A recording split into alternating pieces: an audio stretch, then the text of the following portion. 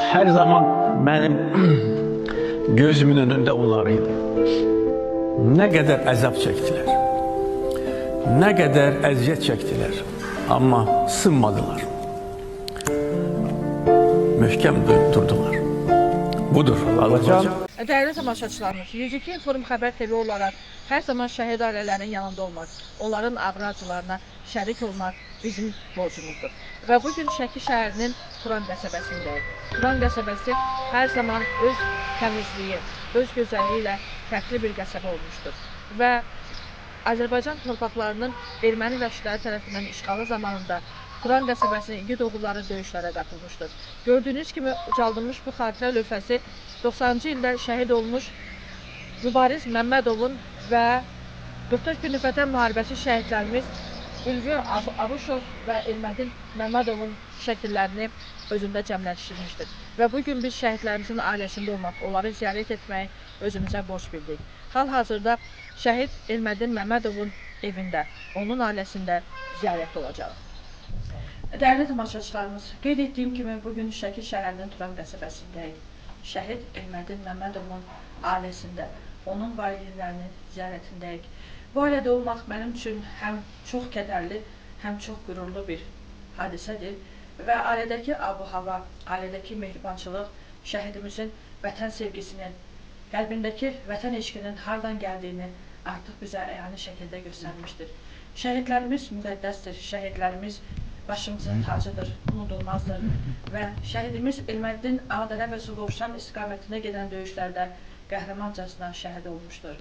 Turan qəsəbəsinin igid oğlu xatirələrə görəsən maaş almaq mənə qismət olacaqmı kəlməsi ilə əbədi yazılmışdır.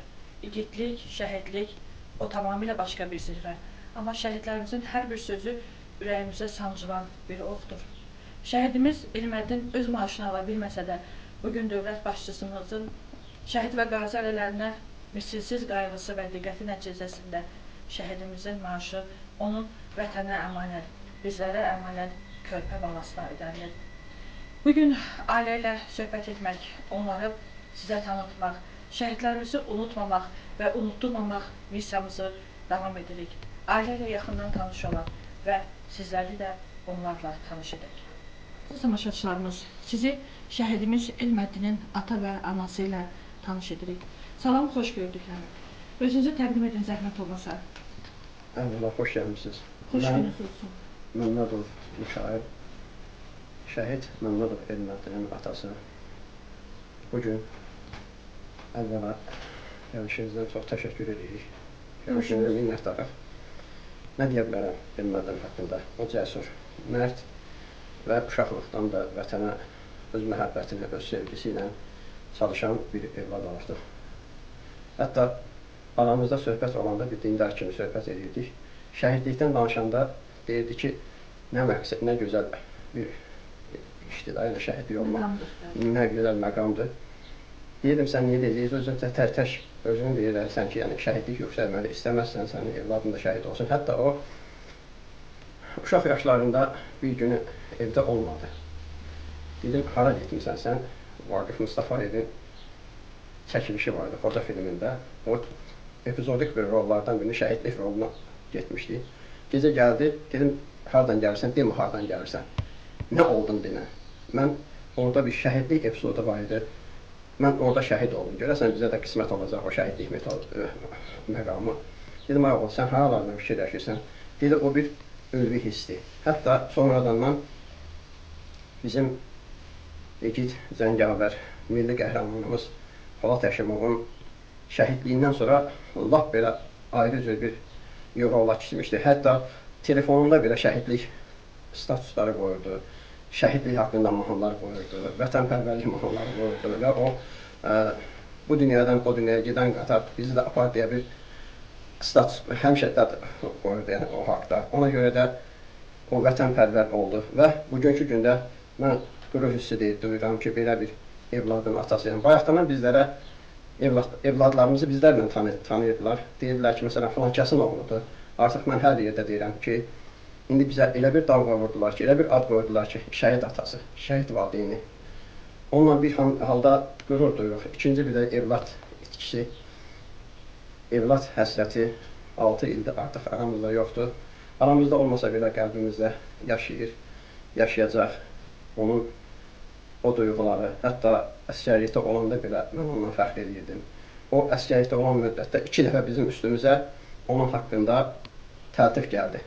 Komandiri adından təltif gəldi ki, belə bir